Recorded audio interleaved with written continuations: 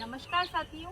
भारतीय इतिहास में भगत सिंह के जन्म दिवस की दो तिथियां मिलती है, एक 27 और एक 28 सितंबर। यहाँ पे तिथि महत्वपूर्ण नहीं है बल्कि व्यक्तित्व महत्वपूर्ण है। और व्यक्तित्व इसलिए महत्वपूर्ण नहीं है कि युवा भगत सिंह ने सैंडर्स को मारा, असेंबली में बम फोड़ा और उसके बाद हंसते हुए फांसी के तख्ते पर झूल गए, बल्कि व्यक्तित्व इसलिए महत्वपूर्ण है कि उस युवा भगत सिंह ने अपने 23 वर्ष के जीवन काल में इस देश को एक वैचारिक विरासत दी। और वो वैचारिक विरासत ऐसी विरासत है जिसने आज़ादी के बाद भी यहाँ इस देश के वैचारिक आंदोलनों को समय समय पर आत्मिक रूप से झकझोरा, प्रेरणा दी और आगे बढ़ाया। लेकिन आज मैं इसलिए ये वीडियो रिकॉर्ड कर रही हूँ क्योंकि कुछ समय से हम देख रहे हैं कि भगत सिंह की एक फोटोग्राफ है पीली पगड़ी के अंदर, वो जिस तरीके से वायरल हो रही है, वो मुझे लगता है कि भगत सिंह की उस वैचारिक विरासत के साथ सीधी सीधी छेड़छाड़ है।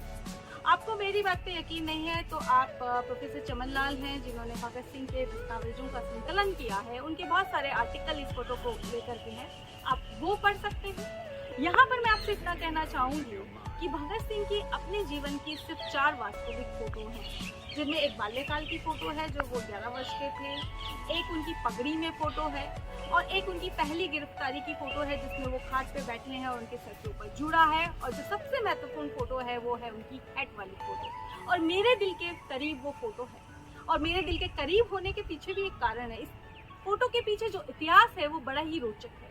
आपको याद होगा कि भगत सिंह ने दिल्ली असेंबली के अंदर एक बम फोड़ा था 2 बिलों का विरोध करते हुए। दिल्ली असेंबली में बम फोड़ने से 4 दिन पहले भगत सिंह और बटुकेश्वर छुपते छुपाते दरियागंज के पास कश्मीरी गेट में एक फोटो स्टूडियो पे जाते हैं और उस फोटो स्टूडियो में जाकर के उन्होंने वो फोटो खिंचवाई। फोटो खिंचवाने के पीछे मकसद यही था कि आज भी हम देखते हैं हमारे नेता बहुत कुछ भी बड़ा प्रोग्राम करने से पहले फोटो खिंचाते हैं ताकि वो प्रोपेगेंडा के लिए यूज हो।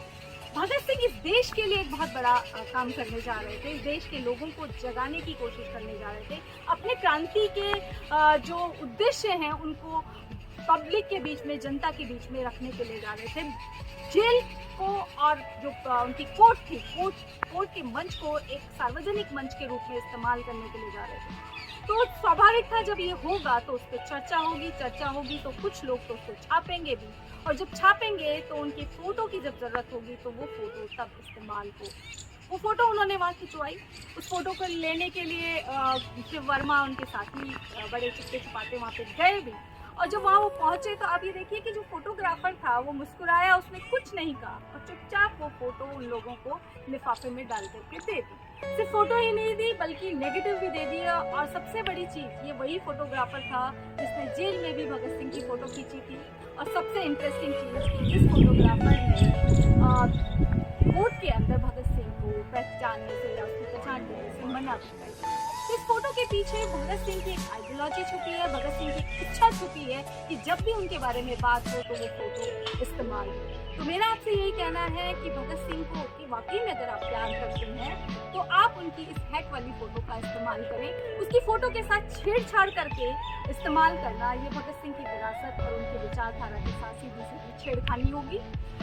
और एक आखिरी बात कि भगत सिंह को पूजना नहीं, भगत सिंह को यदि आप चाहते हैं तो भगत सिंह को पढ़िए, और भगत सिंह को पढ़ना और उनके विचारों को जानना और समझना और उनसे प्रेरणा लेना और उनको अपने विचारों के साथ आगे बढ़ाना, यही उनके लिए सच्ची श्रद्धांजलि होगी। धन्यवाद। हम न देखेंगे कल की बहारें तो क्या, तुमको तो वो बहारें दिखा जाएंगे। है वतन हमको तेरी कसम, तेरी राह